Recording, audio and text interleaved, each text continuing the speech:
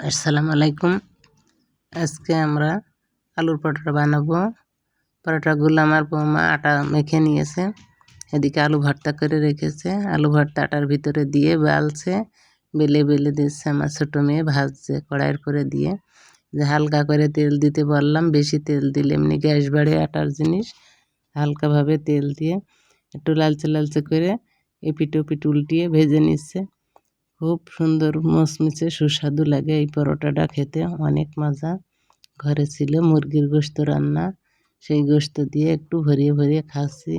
এত যে সুস্বাদু লাগছে, আপনারা একবার হলো এভাবে ট্রাই করে খেয়ে দেখবেন। আলুর পরোটা শুধু খালু ভালো লাগে, তা আমার ঘরে গোশত রান্না রয়েছে যখন, আমি গোশত দিয়ে একটু ভরি ভরি খাচ্ছি। এত যে সুস্বাদু লাগছে, আপনারা এভাবে খেয়ে দেখবেন, অনেক মজা খেতে। আমার বৌমা বানায় এই পরোটাটা, আমার খুবই পছন্দ হয়েছে খেতে, খুবই লোভনীয়, খেলে খুবই তৃপ্তি মেটায়। আল্লাহ হাফেজ।